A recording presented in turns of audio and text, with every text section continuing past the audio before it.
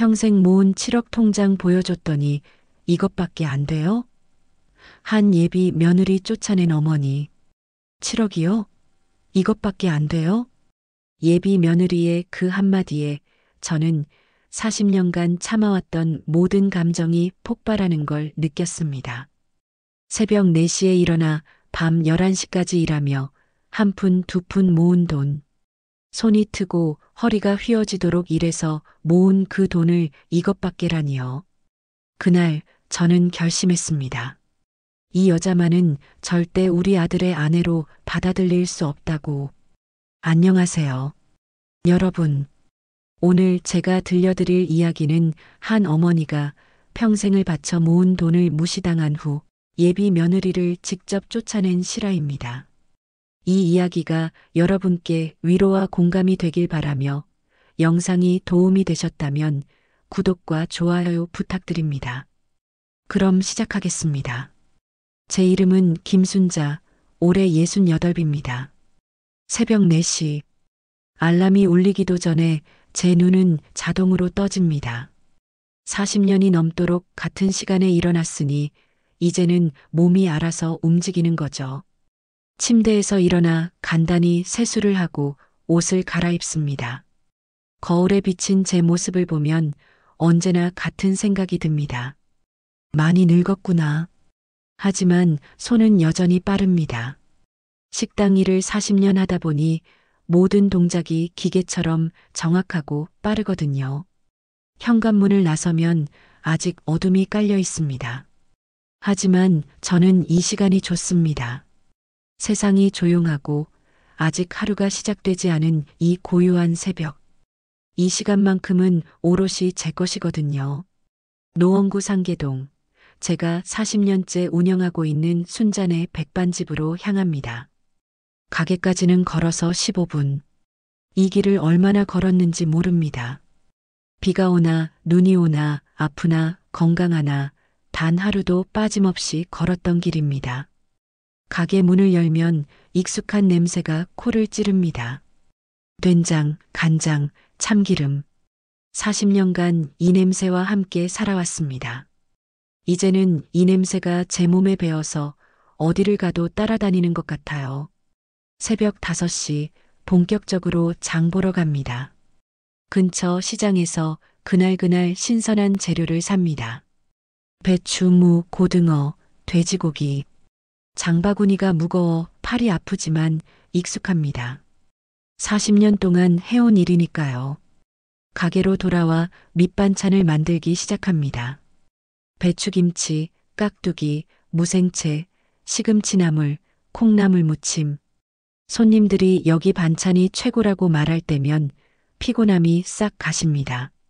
오전 7시 첫 손님이 들어옵니다. 단골 박 사장님입니다. 순자 씨, 오늘도 일찍 나왔네. 고등어 구이 하나 주소. 네, 사장님. 금방 나갑니다. 손은 쉬지 않고 움직입니다. 불판에 고등어를 올리고 밥을 푸고 국을 담고 반찬을 세팅합니다. 40년 동안 몇 번을 반복했는지 모를 동작들이지만 여전히 정성스럽게 합니다. 역시 순자 씨네 고등어가 최고야. 비린내 하나 없고 촉촉하니. 감사합니다, 사장님. 많이 드세요. 손님들의 이런 말 한마디가 40년을 버틸 수 있게 해준 힘이었습니다. 점심시간이 되면 가게가 북적입니다. 근처 회사원들, 공사장 인부들, 동네 어르신들. 테이블 15개가 전부 차고도 대기 손님이 생깁니다. 이모, 김치찌개 3인분이요. 제육볶음 2인분 추가요. 여기 공기밥 하나만 더요. 정신없이 움직입니다. 주문을 받고 요리하고 서빙하고 계산하고. 점심시간 2시간은 전쟁터와 같습니다. 땀이 비오듯 흐르지만 멈출 수 없습니다. 오후 3시 손님이 뜸해지면 그제야 제 밥을 먹습니다. 손님들이 남기고 간 반찬을 모아서 간단히 비벼 먹습니다. 40년 동안 늘 이렇게 먹었어요. 제 몫으로 밥을 차려 먹어본 적이 거의 없습니다. 밥을 먹으면서도 손은 쉬지 않습니다. 설거지를 하고 다음날 준비를 하고 청소를 합니다. 저녁 6시 다시 손님들이 들어오기 시작합니다. 퇴근하는 직장인들, 저녁 먹으러 오는 가족들. 저녁 장사는 밤 9시까지 이어집니다. 마지막 손님을 배웅하고 나면 밤 10시. 그제야 본격적인 뒷정리를 시작합니다. 설거지, 청소, 내일 준비. 모든 게 끝나면 밤 11시가 넘습니다. 집으로 돌아가는 길, 저는 언제나 하늘을 올려다봅니다. 별이 반짝이는 밤하늘. 40년 동안 이 별들이 제 유일한 친구였습니다. 오늘도 수고했어, 순자야. 스스로에게 말을 건넵니다. 누가 칭찬해주지 않으니 제가 제 자신을 칭찬해야 했거든요. 이 모든 게 시작된 건 40년 전이었습니다.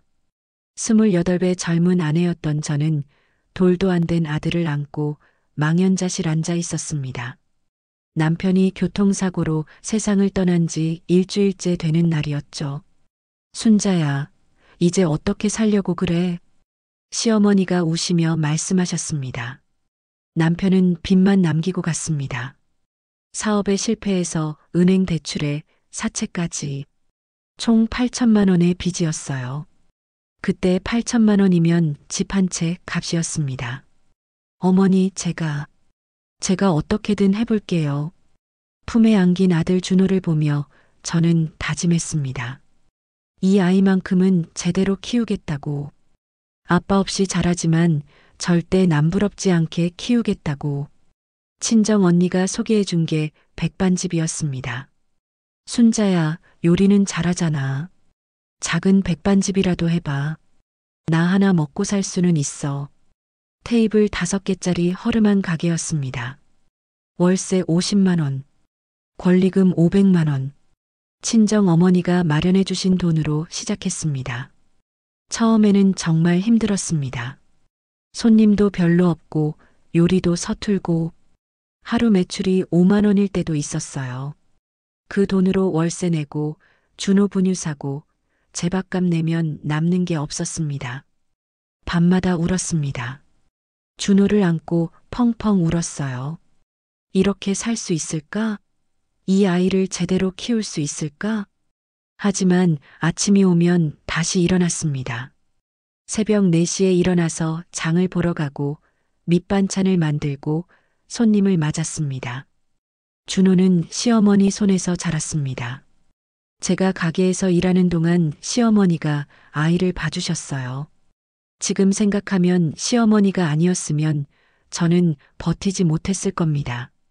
가끔 가게로 찾아온 준호가 엄마 집에 가요라고 졸라댈 때면 가슴이 찢어지는 것 같았습니다. 준호야, 엄마 조금만 더 일하고 갈게. 응? 싫어. 지금 가자. 울먹이는 준호를 시어머니가 데리고 가실 때면 저는 뒤돌아서서 울었습니다.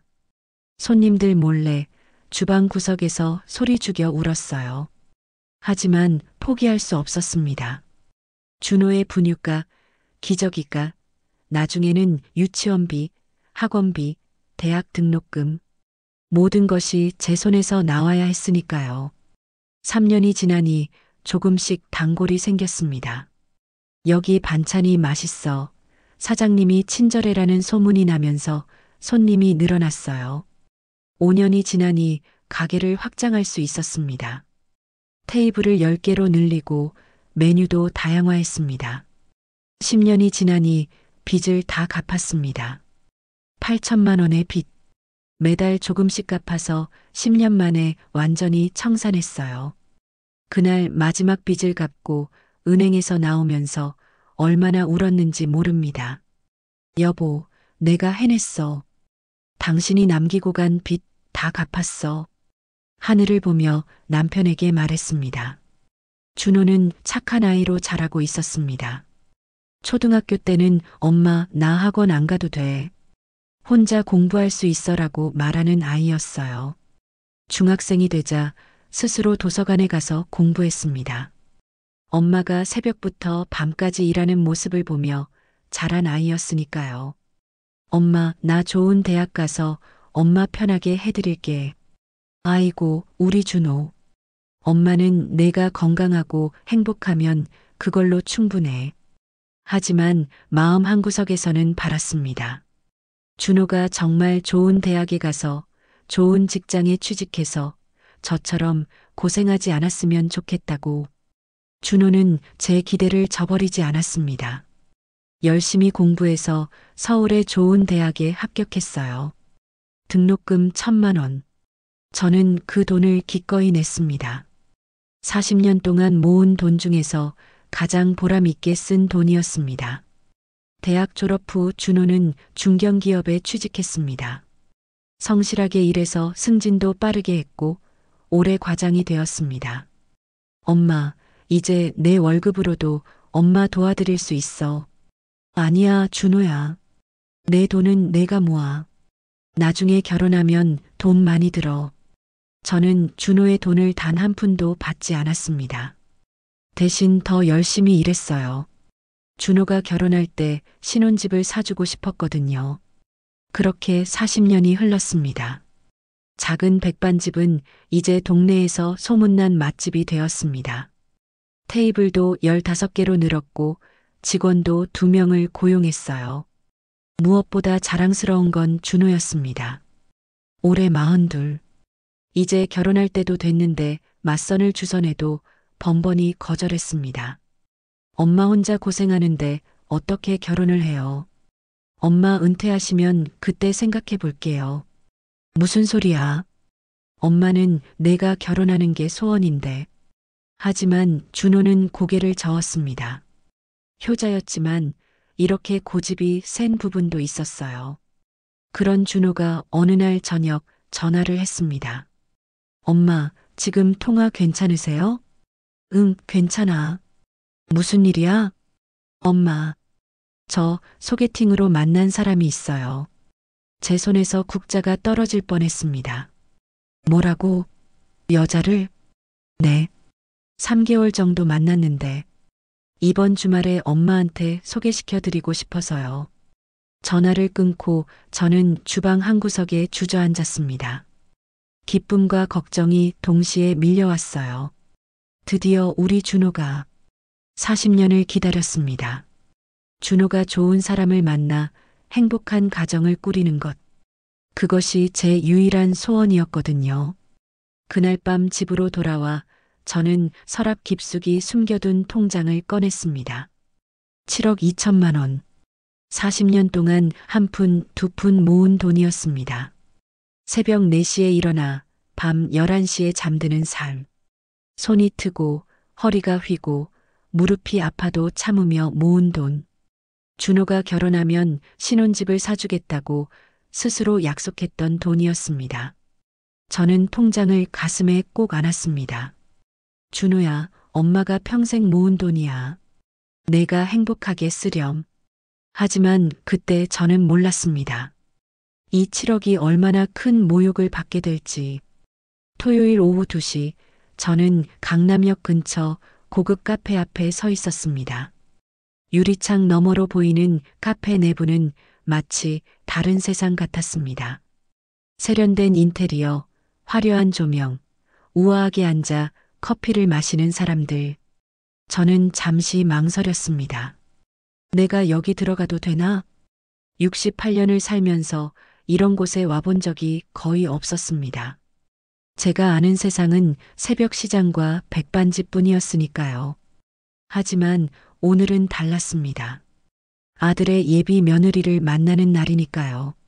저는 어제 백화점에서 산 새 옷을 입고 있었습니다. 20만 원짜리 블라우스와 스커트. 평생 시장 옷만 입고 살았는데 며느리 될 사람 앞에서 초라하게 보일 수는 없었거든요. 미용실에도 갔습니다. 파마를 하고 머리를 단정하게 손질했어요. 거울을 보니 낯선 제 모습이 있었습니다. 그래도 봐줄만 하네. 용기를 내서 카페 문을 열었습니다. 딸랑 하는 종소리와 함께 은은한 커피 향이 코를 찔렀습니다. 어서 오세요. 직원의 밝은 목소리. 저는 두리번거리며 준호를 찾았습니다. 엄마, 여기. 구석 테이블에서 준호가 손을 흔들고 있었습니다. 그 옆에는 단정한 차림의 여성이 앉아 있었어요. 김서연 39세. 준호가 소개팅으로 만나 3개월째 사귀고 있다는 여자였습니다. 저는 떨리는 마음으로 그쪽으로 걸어갔습니다. 걸음 하나하나가 조심스러웠어요.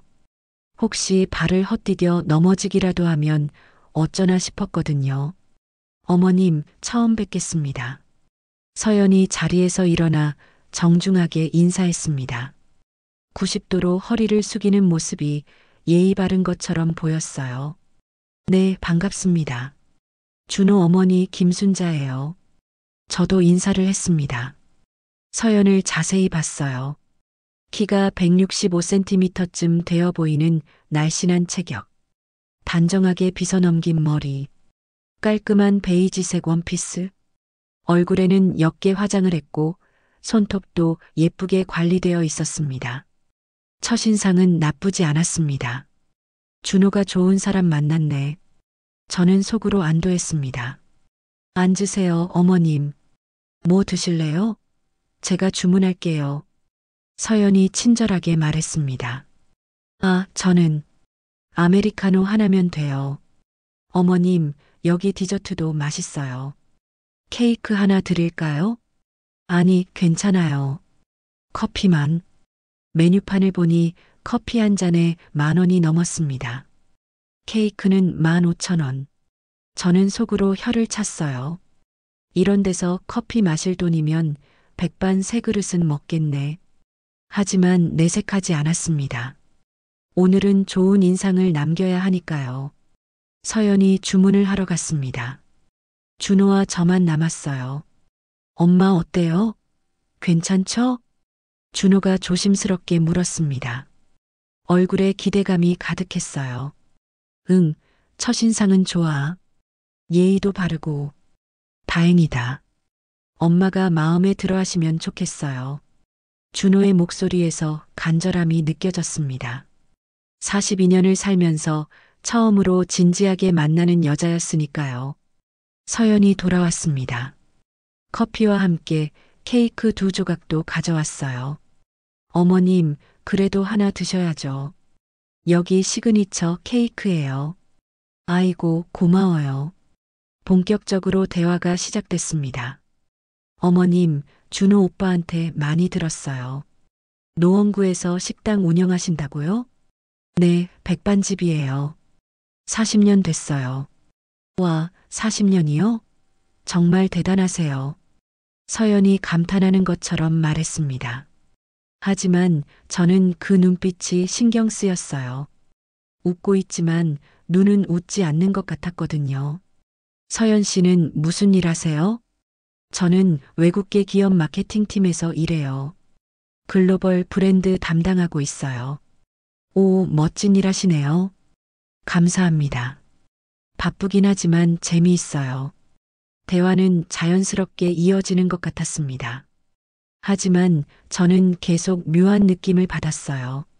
서연이 자꾸 준호의 회사 이야기를 꺼냈거든요. 오빠, 올해 승진하셨잖아요. 과장님이시죠? 응, 올해 초에. 대단해요. 승진 빠른 편이에요? 글쎄, 동기들 중에서는 중간 정도? 그래도 빠른 거예요. 요즘 승진이 얼마나 어려운데. 서연의 목소리가 밝았습니다. 하지만 저는 알 수 있었어요. 이 질문이 단순한 관심이 아니라는 것을요. 회사 복지는 어때요? 주택자금 대출 같은 거 지원해줘요? 응, 신혼집 마련할 때 최대 2억까지 저리로 빌려줘. 오, 그럼 좋겠다. 요즘 집값이 얼마나 비싼데. 대화를 듣고 있던 저는 점점 불편해졌습니다. 연애하는 사람들이 만나서 이런 이야기를 해?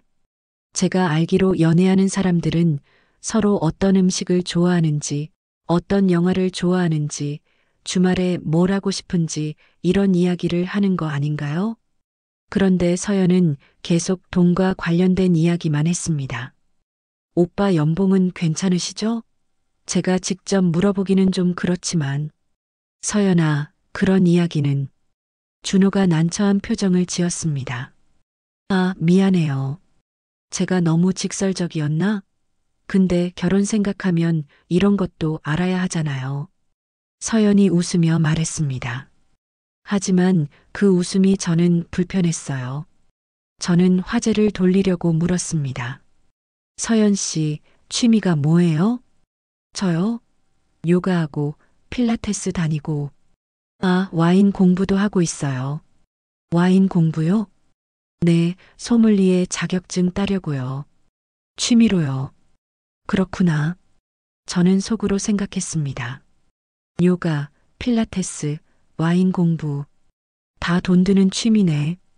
그때 서연이 본격적으로 신혼집 이야기를 꺼냈습니다. 어머님, 준호 오빠한테 들었는데 신혼집 준비해 주신다고요? 저는 조금 놀랐습니다. 준호가 벌써 그런 이야기까지 했다니. 네, 그럴 생각이에요. 정말요?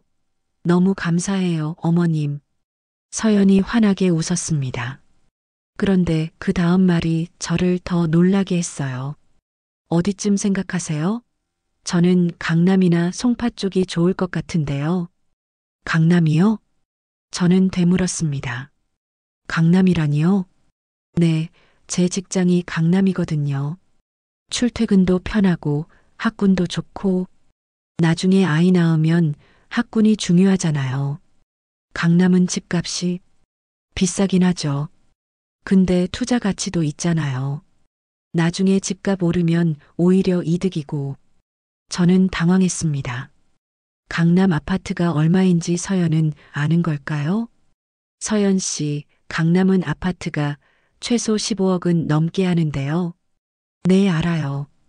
근데 어머님이 일부 내시고 저희가 대출 받으면 되잖아요.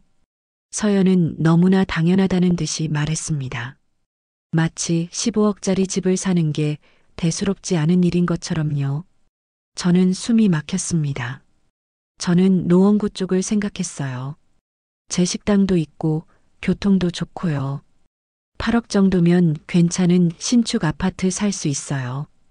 그 순간 서연의 얼굴이 확 굳어지는 게 보였습니다. 방금까지의 밝은 미소가 순식간에 사라졌어요. 마치 가면을 벗어낸 것처럼요. 노원구요? 서연의 목소리가 차갑게 변했습니다. 네, 노원구도 요즘 많이 발전했어요.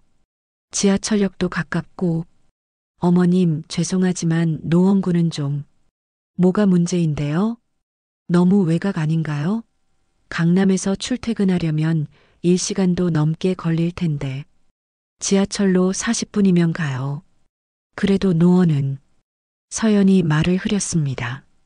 하지만 저는 알 수 있었어요. 그녀가 하고 싶은 말이 뭔지. 노원은 너무 변두리다. 나는 그런 곳에서 살 수 없다. 준호가 끼어들었습니다. 서연아, 엄마 말씀도 일리가 있어. 일단 노원도 한번 보러 가보자. 오빠. 서연이 준호를 보며 실망한 표정을 지었습니다. 신혼집은 평생 사는 집이에요. 처음부터 제대로 된 곳으로 가야죠. 나중에 옮기려면 얼마나 힘든데요. 그래도 우리 형편을 생각하면 오빠 연봉이 세전 8천이잖아요. 제 연봉도 6천 정도 되고 맞벌이하면 대출 충분히 갚을 수 있어요. 저는 그제야 깨달았습니다. 이 여자는 이미 다 계획을 세워놨구나. 준호의 연봉, 자기 연봉, 대출 한도 다 계산이 끝난 거구나. 그리고 그 계산에서 가장 중요한 건 어머니가 얼마를 낼 수 있는가였겠죠. 카페의 분위기가 어색해졌습니다. 서연은 더 이상 밝게 웃지 않았고 준호는 난처한 표정이었고 저는 불편했습니다. 어머님 죄송해요. 제가 너무 솔직했나 봐요. 서연이 말했습니다. 하지만 미안해하는 것 같지 않았어요. 괜찮아요. 솔직한 게 좋죠. 저는 억지로 웃으며 대답했습니다. 근데 어머님, 정말 중요한 문제예요. 신혼집은 우리 인생에서 가장 중요한 결정 중 하나잖아요. 제 친구들 봐도 다들 강남이나 송파에 살아요. 저만 노원에 살면 너무 창피해요. 창피하다고요? 그 단어가 제 귀에 콱 박혔습니다. 창피하다는 게 무슨 뜻이에요? 제 목소리가 조금 날카로워졌습니다. 아, 그게 아니라. 제 말은 친구들이 다 강남권에 사는데 저만 노원에 살면 좀 그렇잖아요. 그게 창피한 거예요? 어머님, 오해하지 마세요. 노원이 나쁘다는 게 아니라. 노원이 뭐가 어때서요? 살기 좋은 동네예요. 저도 40년 동안 거기서 살았고, 준호도 거기서 자랐어요. 제 목소리가 떨렸습니다. 40년을 살아온 동네를 창피하다고 하는 이 여자. 저는 참을 수가 없었습니다. 어머님, 제 말뜻을 잘못 이해하신 것 같아요. 저는 그냥, 알겠어요. 서연 씨 말 다 들었어요. 저는 자리에서 일어났습니다. 엄마, 준호가 저를 붙잡으려 했지만 저는 고개를 저었습니다. 준호야, 엄마 먼저 갈게. 서연 씨랑 더 얘기해봐. 어머님, 제가 잘못했어요. 다시 앉으세요.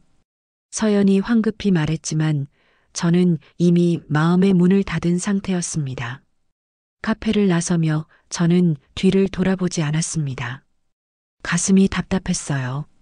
40년을 살아온 노원구를 창피하다고 한 그 말. 8억으로 살 수 있는 집을 너무 싸다는 듯이 말한 그 태도. 무엇보다 준호를 보는 눈빛이 마음에 걸렸습니다. 사랑하는 눈빛이 아니었어요. 계산하는 눈빛이었습니다. 얼마를 벌까, 얼마를 갖고 있을까, 나한테 얼마를 줄 수 있을까. 40년 동안 시장에서, 식당에서 온갖 사람들을 만나며 저는 사람 보는 눈이 생겼습니다. 그리고 확신할 수 있었어요. 김서연, 이 여자는 우리 준호를 사랑하는 게 아니라 준호의 재산을 사랑한다고. 집으로 가는 버스 안에서 저는 창밖을 보며 생각했습니다. 어떻게 하지? 준호한테 뭐라고 말하지? 아들이 좋아하는 사람인데 엄마가 반대하면 상처받을 거예요. 하지만 이대로 두면 준호가 불행해질 게 뻔했습니다.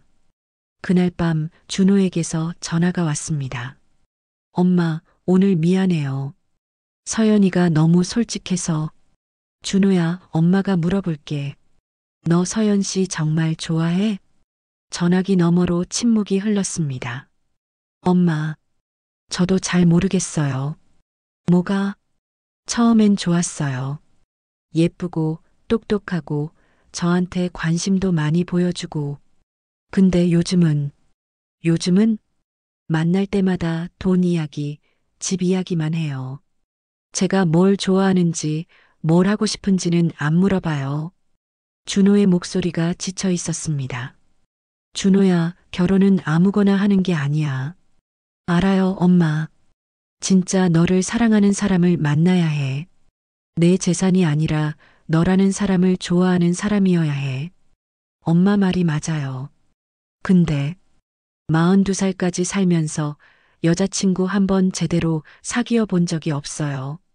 서연이가 처음으로 저한테 관심 보여준 사람이에요. 준호의 목소리에서 외로움이 느껴졌습니다. 저는 가슴이 아팠어요. 내 탓이구나. 준호가 엄마 혼자 고생하는 거 보면서 자라서 연애할 생각도 못했구나. 준호야, 천천히 생각해봐. 급할 거 없어. 네, 엄마. 생각해 볼게요. 전화를 끊고 저는 한숨을 쉬었습니다. 서연의 얼굴이 자꾸 떠올랐어요. 노원구를 창피하다고 한 그 표정. 8억을 이것밖에라고 할 것 같은 그 태도. 저는 결심했습니다. 이 여자는 안 돼. 어떻게든 막아야 해. 하지만 어떻게 막아야 할지 막막했습니다. 아들이 직접 깨닫지 않으면 소용없으니까요. 그날 밤 저는 잠을 이룰 수 없었습니다. 천장을 보며 밤새 고민했어요. 어떻게 하면 준호가 스스로 깨달을 수 있을까? 새벽 4시 알람이 울렸습니다. 저는 일어나 일상을 시작했습니다. 하지만 머릿속은 온통 서연 생각뿐이었어요. 그리고 알 수 있었습니다. 앞으로 더 힘든 일이 기다리고 있을 거라는 것을요. 일주일이 지났습니다. 그 사이 준호는 서연을 두세 번 더 만났다고 했어요. 하지만 목소리에 힘이 없었습니다. 예전처럼 설레는 모습이 아니었죠. 엄마, 서연이가 계속 신혼집 이야기를 해요. 그래. 네. 강남 아파트 매물을 계속 보내주는데 다 15억 넘어요. 준호의 한숨소리가 전화기 너머로 들렸습니다. 준호야, 부담스러우면 솔직하게 말해야지. 말했어요. 근데 서연이는 요즘 다들 그렇게 한다고 우리만 못할 이유가 없다고 해요. 저는 화가 났지만 참았습니다. 준호가 스스로 깨달아야 했으니까요. 그래, 알았어. 천천히 생각해봐.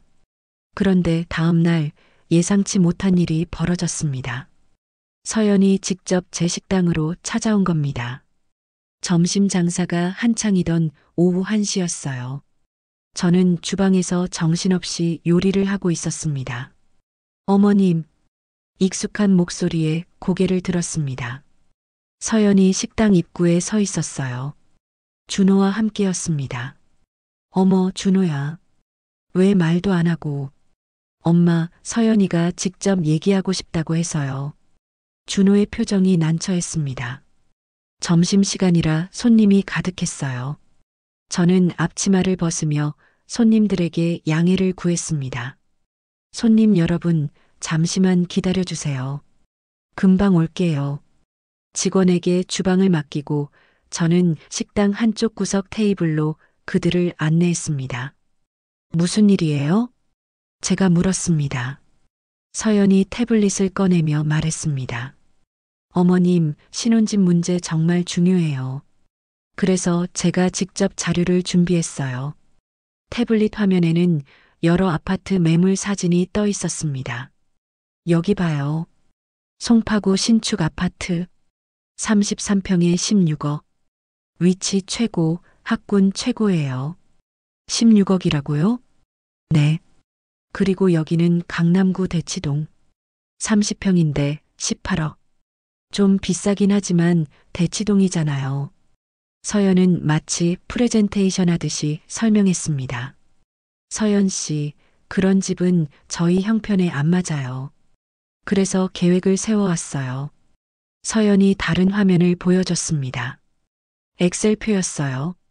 어머님이 10억 정도 내시고 준호 오빠 회사에서 2억짜리 대출받고 저희가 은행에서 4억 대출받으면 돼요. 그럼 16억 완성이에요. 저는 어이가 없었습니다. 10억을 내라고?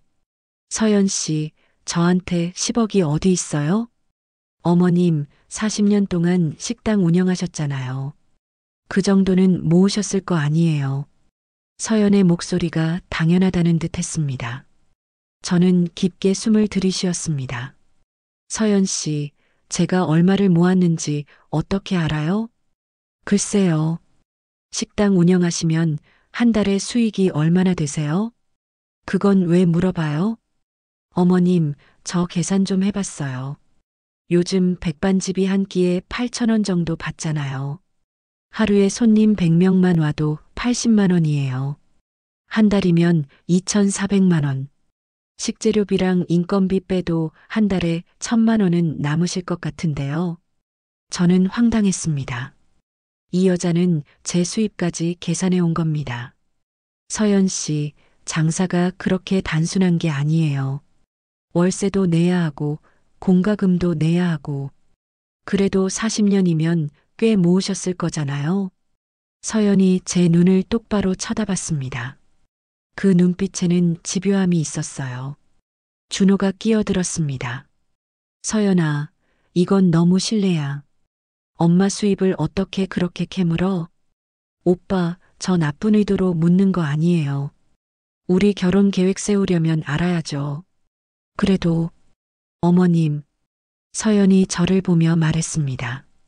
솔직하게 말씀해 주세요. 어머님은 얼마나 준비하셨어요? 그 순간 저는 결심했습니다. 보여줘야겠어.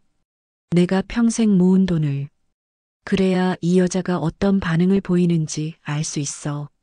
저는 가방에서 통장을 꺼냈습니다.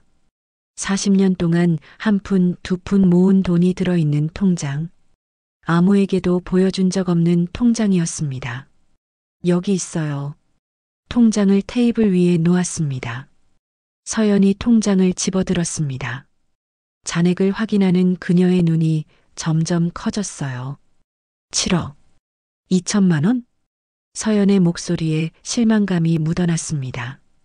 네, 그게 제가 평생 모은 전부예요. 7억이 전부예요? 서연이 믿을 수 없다는 표정을 지었습니다. 40년 동안 모은 게 7억밖에 안 돼요? 밖에라는 단어.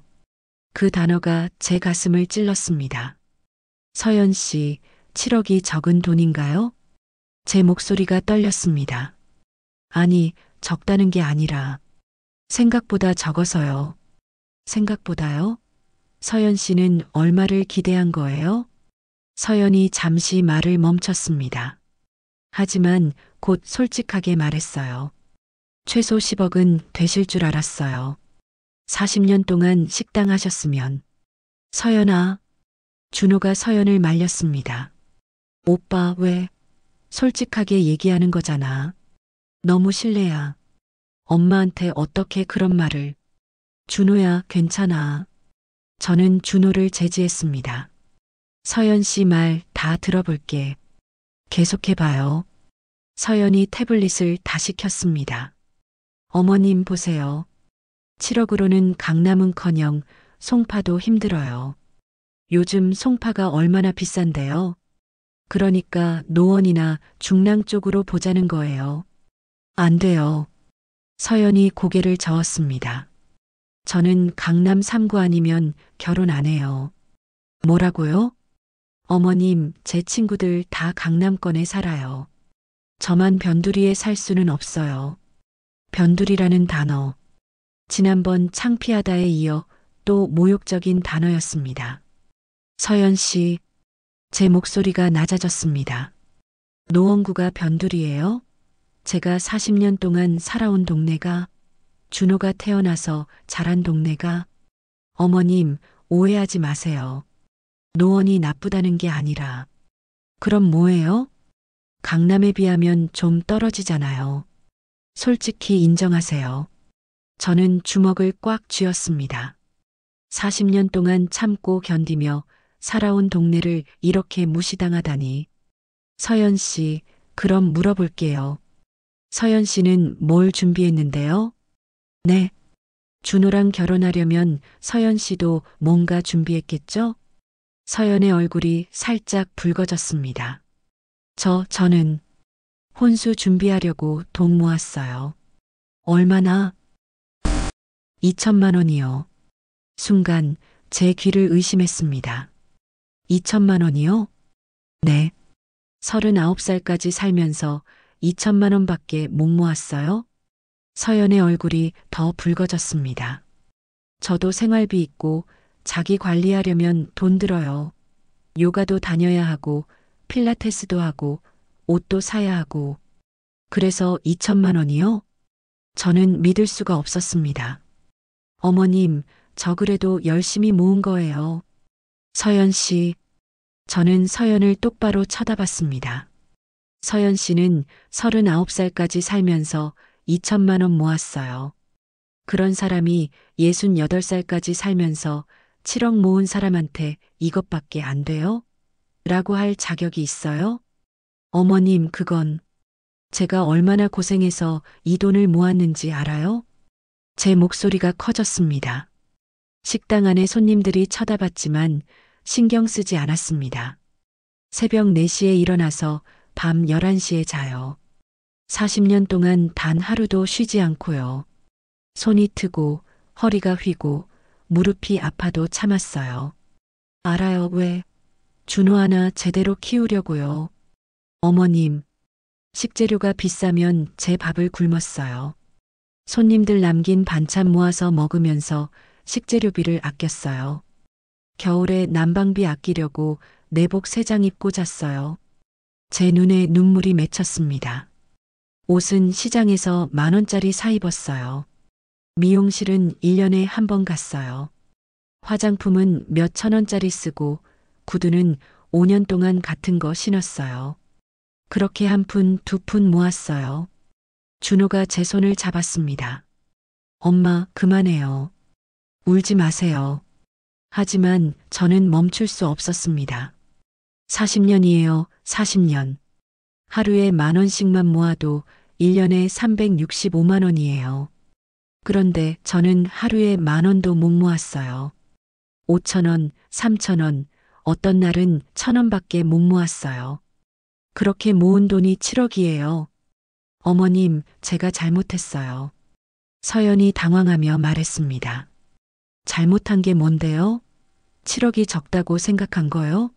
제 40년이 그 정도밖에 안 된다고 생각한 거요? 그게 아니라, 그럼 뭐예요? 솔직하게 말해봐요. 서연 씨는 얼마를 기대했어요? 서연이 입술을 깨물었습니다. 15억이요. 15억? 네.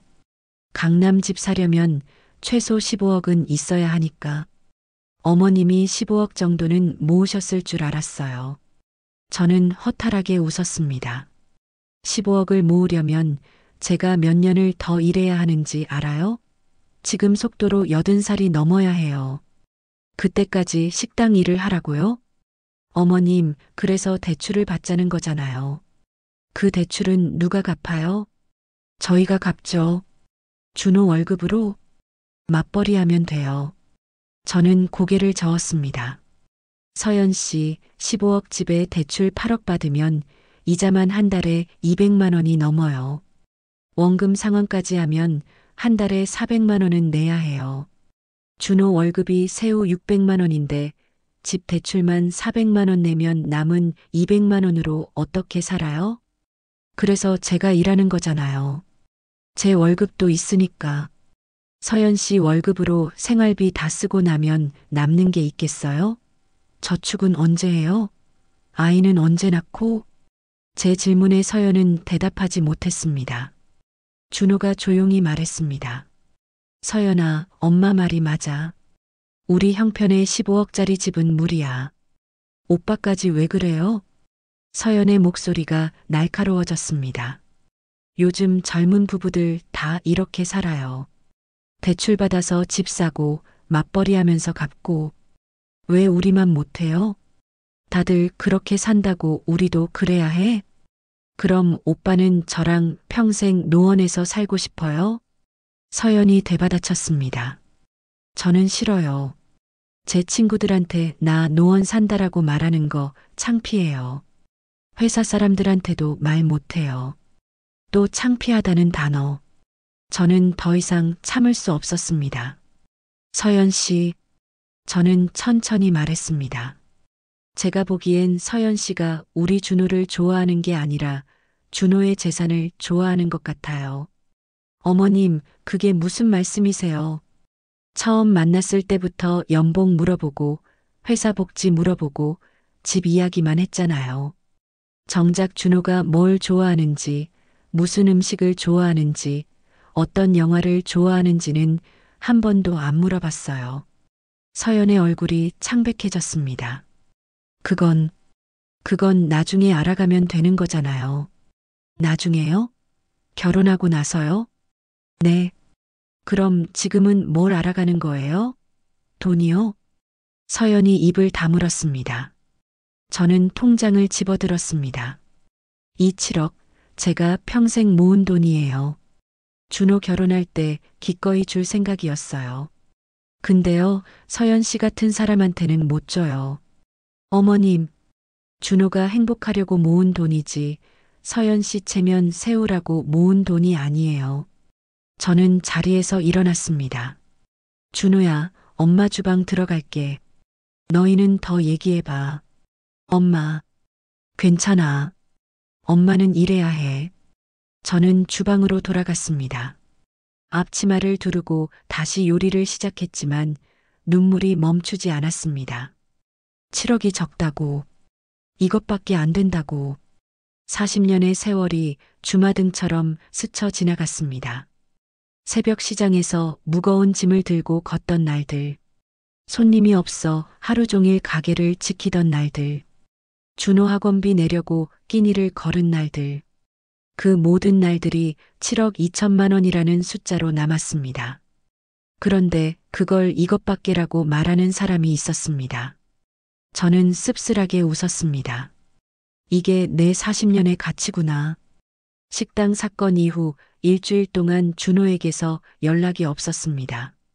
저는 걱정이 됐지만 먼저 연락하지 않았어요.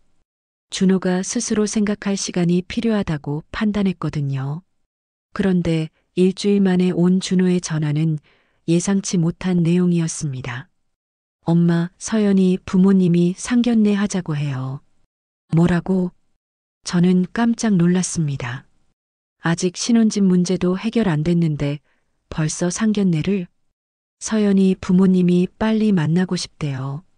제대로 된 자리에서 얘기하면 이해하실 거래요. 준호의 목소리가 피곤해 보였습니다. 준호야, 넌 어떻게 생각해? 저도 잘 모르겠어요, 엄마.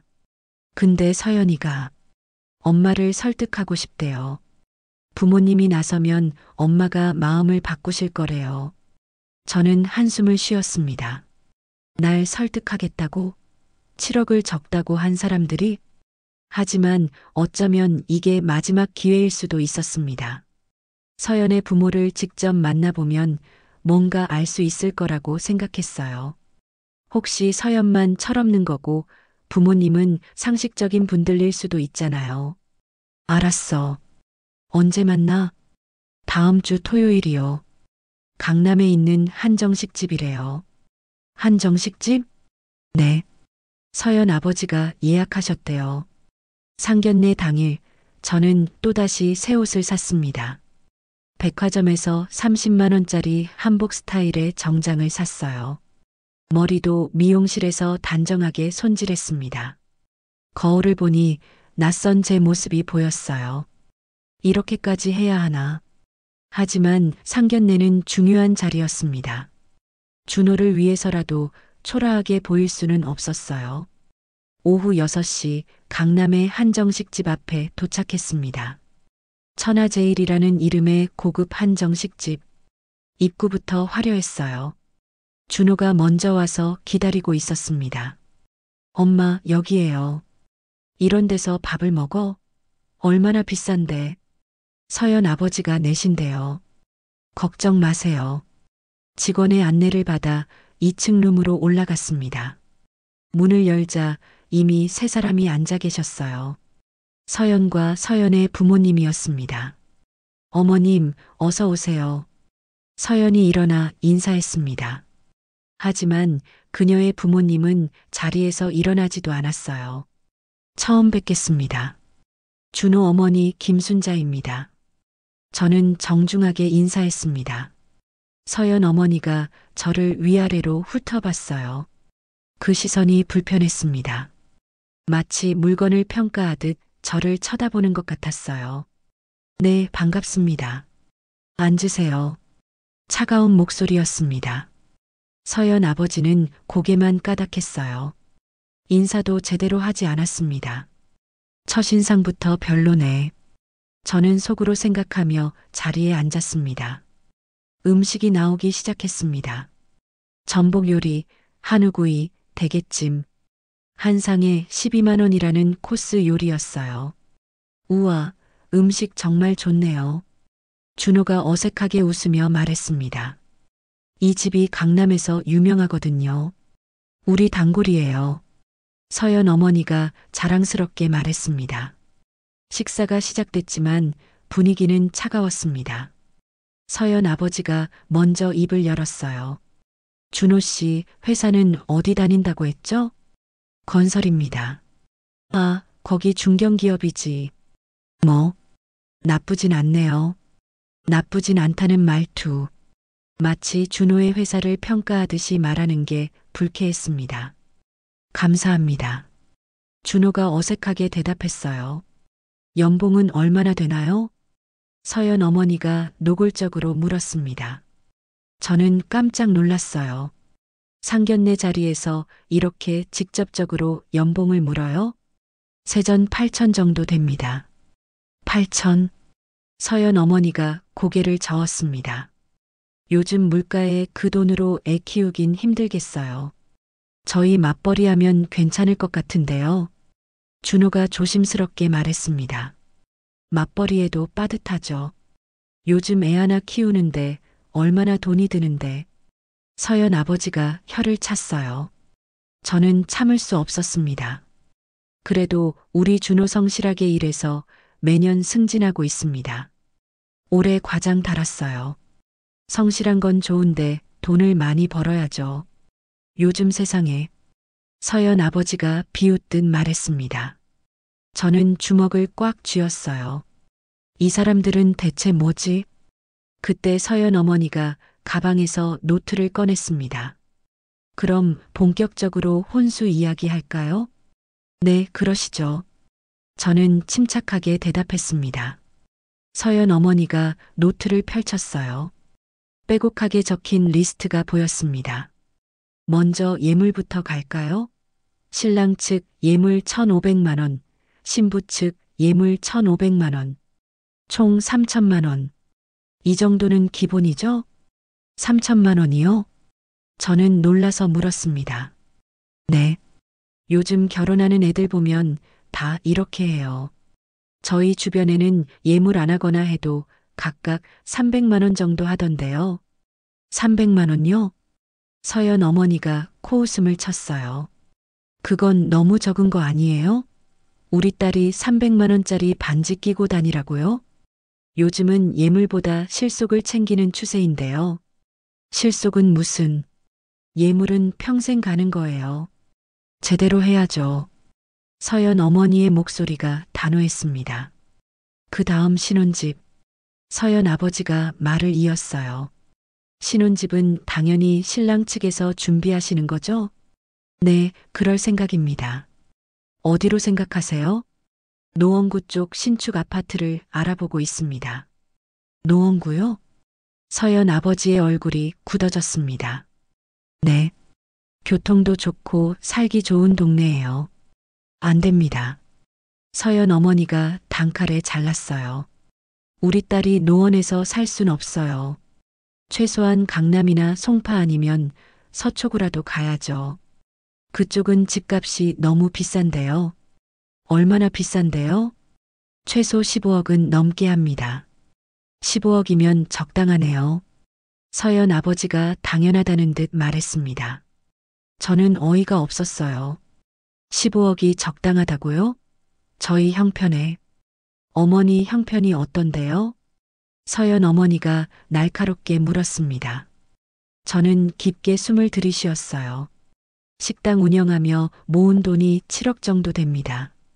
그 돈으로 노원구에 집을 사주려고 했어요. 순간 서연 부모의 얼굴이 싹 굳어졌습니다. 7억이요? 그게 다예요? 네. 40년 동안 식당 하셨다며? 그런데 7억밖에 못 모았어요? 서연 아버지의 목소리에 실망감이 가득했어요. 7억도 적은 돈이 아닙니다. 한 푼, 두 푼 모은 거예요. 한 푼, 두 푼 모아서 7억밖에 안 되면 어떻게 해요? 요즘 집값이 얼마나 비싼데. 서연 어머니가 혀를 찼습니다. 7억으로 강남은 전세도 못 구해요. 그래서 노원으로 보자는 거예요. 안 된다니까요. 서연 어머니의 목소리가 커졌어요. 우리 딸이 전세나 사는 꼴 보고 싶으세요? 아니면 노원 같은 변두리에서 살게 하고 싶으세요? 노원이 왜 변두리예요? 제 목소리도 커졌습니다. 변두리 아니면 뭐예요? 서울에서 제일 외진 곳이잖아요. 거기서 제가 40년을 살았어요. 준호도 거기서 자랐고요. 그러니까 더 문제죠. 서연 아버지가 끼어들었어요. 어머니는 40년 동안 거기서 사셨으니 괜찮을지 몰라도 우리 딸은 달라요. 우리 딸은 강남에서 자랐어요. 그게 무슨 상관인데요? 상관 있죠. 환경이 다른 거예요. 우리 딸은 좋은 환경에서 자랐어요. 서연 아버지의 말에 저는 온몸이 떨렸습니다. 좋은 환경에서 자랐다고? 그럼 우리 준우는 나쁜 환경에서 자란 거예요? 그럼 서연 씨 쪽에서는 뭘 준비하시는데요? 제가 물었습니다. 저희요? 혼수죠. 서연 어머니가 당연하다는 듯 대답했어요. 혼수가 뭔데요? 가전제품이랑 가구요. 냉장고, 세탁기, TV, 에어컨, 침대, 소파. 한 3천만 원어치 정도? 3천만 원이요? 네. 요즘 가전제품이 얼마나 비싼데요? 저는 계산을 해봤습니다. 신랑 측에서 준비할 것집 15억, 예물 3천만 원, 결혼식 비용 5천만 원, 신혼여행 3천만 원, 총 16억 1천만 원. 신부 측에서 준비할 것 가전제품 3천만 원. 너무 불공평한 것 같은데요. 제가 말했습니다. 불공평하긴 뭐가 불공평해요? 서연 아버지가 눈을 부라렸어요. 원래 신랑 집에서 다 하는 거예요. 집도 사주고 예물도 하고 결혼식도 치르고 당연한 거 아닙니까? 요즘은 그렇게 안 하던데요. 반반하거나 반반은 무슨 서연 어머니가 코웃음을 쳤습니다. 우리 딸 시집 보내는데 당연히 신랑 집에서 다 해야죠. 저는 숨이 막혔습니다. 그럼 물어볼게요. 서연 씨는 지금까지 얼마 모았어요? 2천만 원이래요. 2천만 원밖에 못 모은 사람이 16억을 요구해요? 뭐가 어때서요? 서연이 처음으로 소리쳤어요. 결혼은 원래 그런 거예요. 신랑 집에서 집 사주는 게 당연한 거라고요. 서연아. 준호가 서연을 말렸습니다. 오빠도 가만히 있지 마요. 어머니한테 제대로 말씀드려요. 우리 강남으로 집 알아보자고. 그때였습니다. 서연 아버지가 저를 똑바로 쳐다보며 물었어요. 그나저나 어머니 뭐 하시는 분이에요? 구체적으로 노원구에서 백반집 운영합니다. 백반집이요? 서연 가족의 얼굴이 동시에 굳어졌습니다. 네. 40년 됐어요. 시장에서요? 아니요, 가게 있어요. 테이블 15개짜리. 그래도 식당이잖아요. 서연 어머니가 코웃음을 쳤어요. 네, 식당이에요. 뭐가 문제인데요? 문제는 없죠. 근데 식당 하시는 분이 7억밖에 못 모으셨다는 게 좀 뭐예요? 솔직히 실망이에요. 서연 아버지가 대놓고 말했습니다. 40년이나 하셨으면 최소 10억, 15억은 모으셨을 줄 알았죠. 그런데 겨우 7억이라니. 겨우요? 제 목소리가 떨렸습니다. 네, 겨우요. 요즘 강남집 한 채 값도 안 되잖아요. 그 돈이 얼마나 피땀 흘려 모은 돈인지 아세요? 피땀은 누가 안 흘려요? 다들 열심히 살아요. 서연 어머니가 비웃었어요. 근데 어머니는 40년 일하고도 7억밖에 못 모으셨잖아요. 솔직히 경영을 잘못하신 거 아니에요? 그 순간 저는 폭발했습니다. 경영을 잘못했다고요? 네. 40년이나 했으면 돈 더 벌 수도 있었을 텐데. 너무 안주하신 거 아니에요? 안주라고요? 저는 믿을 수가 없었습니다. 제가 얼마나 힘들게 살았는지 아세요? 새벽 4시에 일어나서 밤 11시에 자요. 40년 동안 단 하루도 쉬지 않고요. 그래도 결과가 7억이면 7억이 적어요? 그럼 서연 씨 부모님은 얼마나 모으셨는데요? 제가 되물었습니다. 서연 부모가 잠시 침묵했어요. 저희는 그건 중요하지 않고요. 중요하죠. 남의 돈은 적다고 하면서 본인들은 얼마나 모았는지 말도 못해요. 어머니, 지금 우리한테 따지는 거예요? 서연 아버지의 목소리가 차갑게 변했습니다. 따지는 게 아니에요. 궁금해서 물어보는 거예요. 우린 딸 시집 보내는 입장이에요. 받는 입장이라고요. 줄 필요 없어요. 받는 입장이요? 저는 귀를 의심했습니다. 네. 우리 딸 데려가는 거잖아요. 당연히 제대로 해야죠. 딸을 파는 거예요? 뭐라고요? 지금 우리 보고 딸 판다고 했어요? 서연 아버지가 버럭 소리쳤습니다. 룸 안의 공기가 얼어붙었어요. 준호가 황급히 일어났습니다. 죄송합니다. 엄마가 실수하신 거예요. 실수가 아니에요. 저는 준호를 제지했습니다. 16억을 요구하면서 본인들은 3천만 원만 내겠다는 게 딸 파는 거 아니면 뭐예요? 당장 나가요. 서연 어머니가 소리쳤습니다. 좋아요. 나갈게요.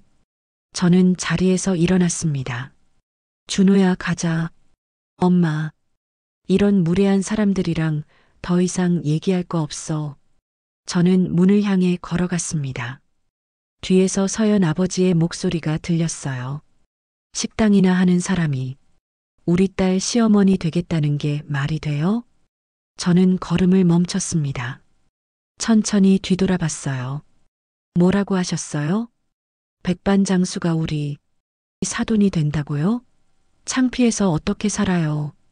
그 순간 40년의 세월이 주마등처럼 스쳐갔습니다. 새벽 시장에서 무거운 짐을 나르던 날들, 손님 하나 없어 하루 종일 가게를 지키던 날들, 준호 학원비 내려고 끼니를 거르던 날들, 그 모든 시간이 창피하다는 한마디로 무너졌습니다. 죄송하지만 저는 똑바로 서연 아버지를 쳐다봤어요. 저는 40년 동안 정직하게 일했어요. 손님들 속이지 않고 세금 제대로 내고 떳떳하게 살았어요. 그게 뭐가 창피한데요? 어머니는 그렇게 생각하셔도 세상 사람들은 달라요. 세상 사람들이요? 아니면 당신들이요? 우리 주변 사람들은 다들 의사, 변호사, 사업가예요. 그런 사람들한테 우리 사돈이 식당 주인이라고 말하라고요? 저는 웃었습니다. 씁쓸하게. 알겠어요. 제가 당신들 수준에 안 맞는 거네요. 그걸 이제 아셨네요. 서연 어머니가 비웃었어요. 그럼 됐네요. 저도 이런 무례하고 오만한 사람들이랑은 가족 되고 싶지 않으니까요. 저는 준호의 손을 잡았습니다. 가자, 준호야. 엄마, 이런 사람들한테 우리 준호 줄 수 없어. 저는 준호를 데리고 룸을 나왔습니다. 복도에서 준호가 저를 안았어요. 엄마, 미안해요. 제가 사람을 잘못 봤어요. 괜찮아. 지금이라도 알았으니까. 준호의 어깨가 떨렸습니다. 42살 된 아들이 제 품에서 울고 있었어요. 저는 준호의 등을 토닥이며 말했습니다. 엄마가 다 해결할게. 걱정하지 마. 그날 밤 저는 오랫동안 잠들지 못했습니다. 과일이나 파는 사람, 창피하다, 겨우 7억. 그 말들이 계속 머릿속을 맴돌았어요. 40년의 인생이 그렇게 평가받는다는 게 슬펐습니다. 하지만 동시에 확신했어요. 서연, 이 여자만큼은 절대 우리 준호의 아내가 될 수 없다고. 상견례가 끝난 다음 날 새벽 저는 평소처럼 4시에 일어났습니다. 하지만 몸이 움직이지 않았어요. 침대에 누운 채로 천장만 바라봤습니다. 식당이나 하는 사람. 그 말이 계속 귓가에 맴돌았어요. 40년 동안 정직하게 일했어요. 새벽부터 밤까지 단 하루도 쉬지 않고 손님들을 속이지 않았고 세금을 제대로 냈고 떳떳하게 살았습니다. 그런데 그게 창피한 일이 된다고요? 저는 일어나 세수를 했습니다. 거울 속에 제 얼굴을 봤어요. 주름진 얼굴, 거친 손, 굽은 허리. 40년의 흔적이 고스란히 새겨진 68세의 얼굴이었습니다.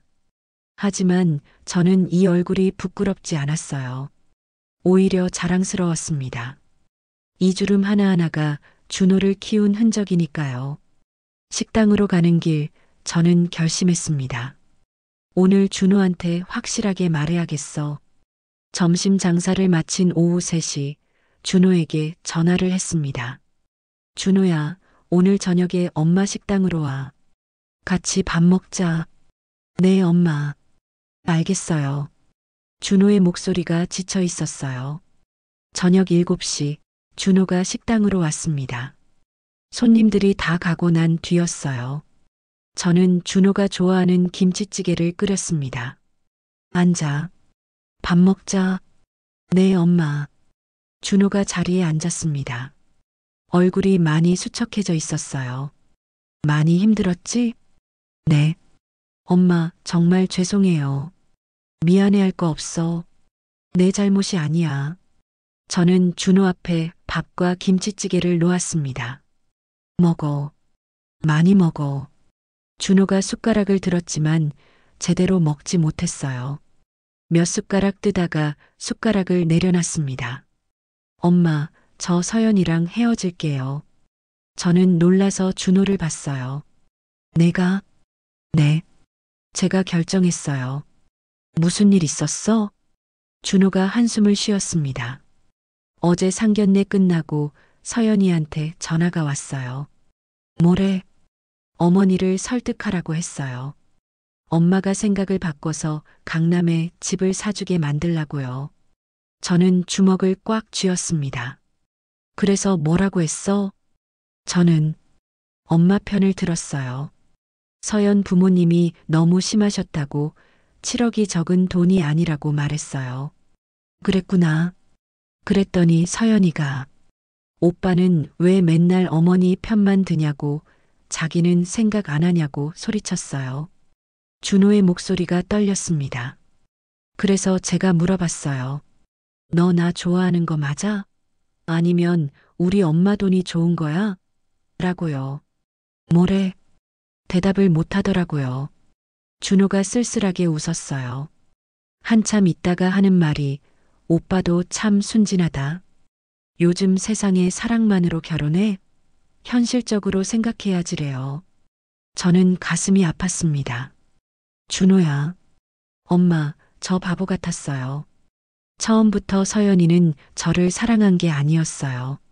중견기업 다니고 집 사줄 엄마 있는 조건을 좋아한 거였어요. 준호의 눈에 눈물이 맺혔어요. 괜찮아, 준호야. 지금이라도 알았으니까. 42년 동안 살면서 여자친구 한 번 제대로 사귀어 본 적이 없어요. 서연이가 처음으로 저한테 관심 보여준 사람이었는데 준호가 울먹였습니다. 그래서 좋았어요. 예쁜 여자가 저한테 웃어주고 제 이야기 들어주고 같이 밥 먹자고 하고 그게 너무 좋아서 다른 건 안 보였어요. 엄마가 다 알아. 저는 준호의 손을 잡았습니다. 근데 자꾸 이상한 생각이 들었어요. 이 사람이 정말 나를 좋아하는 걸까? 만날 때마다 돈 이야기, 집 이야기만 하고 제가 무슨 영화를 좋아하는지, 무슨 음식을 좋아하는지는 한 번도 안 물어봤어요. 그래. 엄마, 저 결혼 안 할래요. 준호가 고개를 들었어요. 이렇게 힘든 거면 차라리 혼자 사는 게 나아요. 무슨 소리야? 엄마, 저 같은 사람 좋아해 줄 사람 없어요. 다들 조건만 보는데. 아니야, 준호야. 저는 준호의 두 손을 꽉 잡았습니다. 세상에 좋은 사람 많아. 서연이 같은 사람만 있는 게 아니야. 어디 있는데요? 있어. 분명히 있어. 너를 진짜 사랑해 줄 사람이 있을 거야. 엄마. 준호야, 엄마 말 들어봐. 저는 준호를 똑바로 쳐다봤어요. 결혼은 조건으로 하는 게 아니야. 사랑으로 하는 거야. 서로 아끼고 존중하고 힘들 때 의지하고 그게 결혼이야. 알아요, 엄마. 서연이는 너를 존중하지 않았어. 너를 사랑한 게 아니라 내 재산을 탐낸 거야. 그런 사람이랑 결혼하면 평생 불행해. 준호가 고개를 끄덕였습니다. 엄마, 어제 서연이한테 마지막으로 한 말이 있어요. 뭐라고 했는데? 나는 조건 좋은 사람이랑 결혼하고 싶은 게 아니라 나를 사랑하는 사람이랑 결혼하고 싶어. 너는 그런 사람이 아닌 것 같아. 우리 여기서 끝내자라고 했어요. 저는 준호를 꽉 안아줬습니다. 잘했어, 우리 아들. 정말 잘했어. 엄마 덕분이에요. 엄마가 막아주지 않았으면 저 큰일 날 뻔했어요. 엄마가 당연히 해야 할 일이지. 저는 준호의 등을 토닥였습니다. 그때 준호의 휴대폰이 울렸어요. 서연이었습니다. 준호가 전화를 받았습니다. 응, 서연아. 전화기 너머로 서연의 목소리가 들렸어요. 큰 소리로 뭔가 말하고 있었습니다. 아니야. 나 결심했어. 우리 헤어지자. 미안해.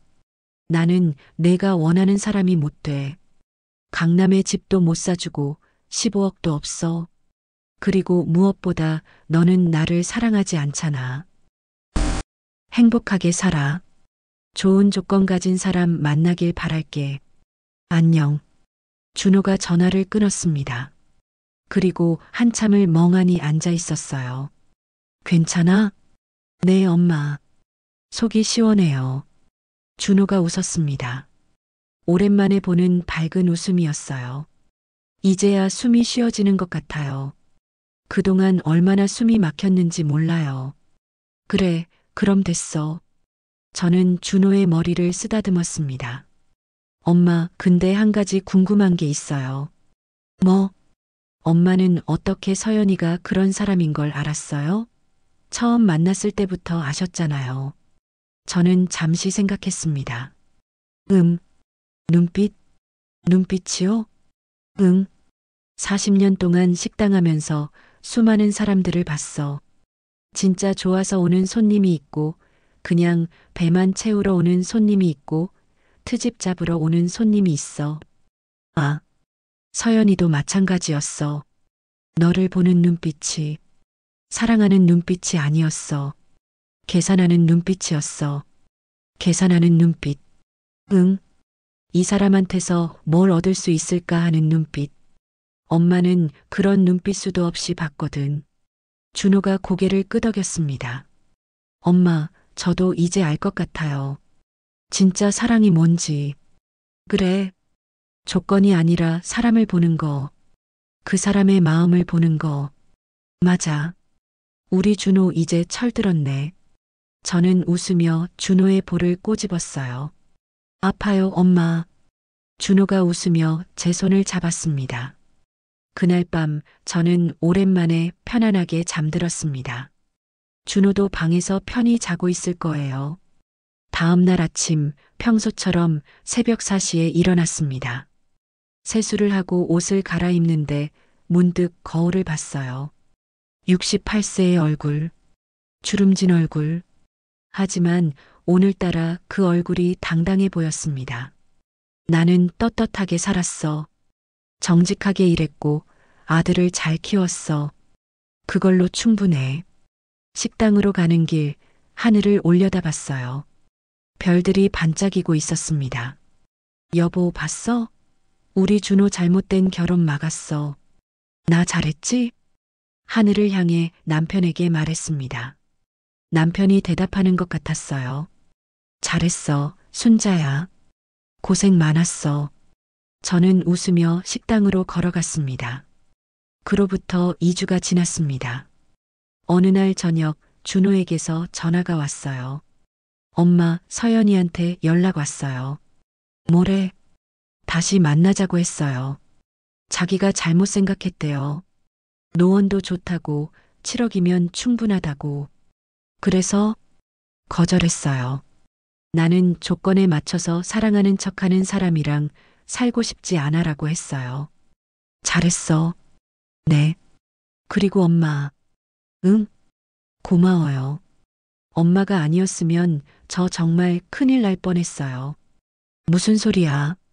엄마가 당연히 할 일을 했지. 전화를 끊고 저는 웃었습니다. 그날 밤 저는 통장을 꺼내봤어요. 7억 2천만 원. 40년의 세월이 담긴 숫자였습니다. 누군가에게는 겨우 7억, 이것밖에일지 모릅니다. 하지만 저에게는 40년의 땀과 눈물이었습니다. 그리고 이 돈은 여전히 그대로 있었어요. 언젠가 준호가 진짜 좋은 사람을 만나면 그때 쓰면 됐습니다. 서두를 필요가 없었죠. 진정한 인연은 때가 되면 온다고 믿었으니까요. 6개월이 지났습니다. 어느 토요일 오후 준호가 식당으로 왔어요. 옆에 여자가 한 명 있었습니다. 엄마, 소개할 사람이 있어요. 저는 앞치마를 벗으며 그들을 봤습니다. 이분은 박지른 선생님이에요. 초등학교에서 아이들 가르치세요. 어머님, 처음 뵙겠습니다. 지은이라는 여자가 환하게 웃으며 인사했어요. 그 웃음이 진심으로 보였습니다. 반갑습니다. 앉으세요. 저는 그들을 자리에 앉혔습니다. 어머님, 준호 오빠가 여기 김치찌개가 정말 맛있다고 해서 꼭 먹어보고 싶었어요. 그래요? 금방 끓여줄게요. 저는 주방으로 들어가 김치찌개를 끓였습니다. 가끔씩 홀을 보니 준호와 지은이 즐겁게 이야기하고 있었어요. 준호가 웃고 있었습니다. 진심으로. 지은도 웃고 있었어요. 준호를 보는 눈빛이 따뜻했습니다. 계산하는 눈빛이 아니었어요. 사랑하는 눈빛이었습니다. 저는 웃으며 김치찌개를 끓였습니다. 이번엔 괜찮을 것 같아. 김치찌개를 내왔습니다. 자, 많이 드세요. 와, 맛있겠다. 지은이 밝게 웃으며 숟가락을 들었어요. 한 숟가락 떠서 먹더니 눈이 휘둥그레졌습니다. 어머님, 이거 정말 맛있어요. 우와, 진짜 최고예요. 많이 먹어요. 네.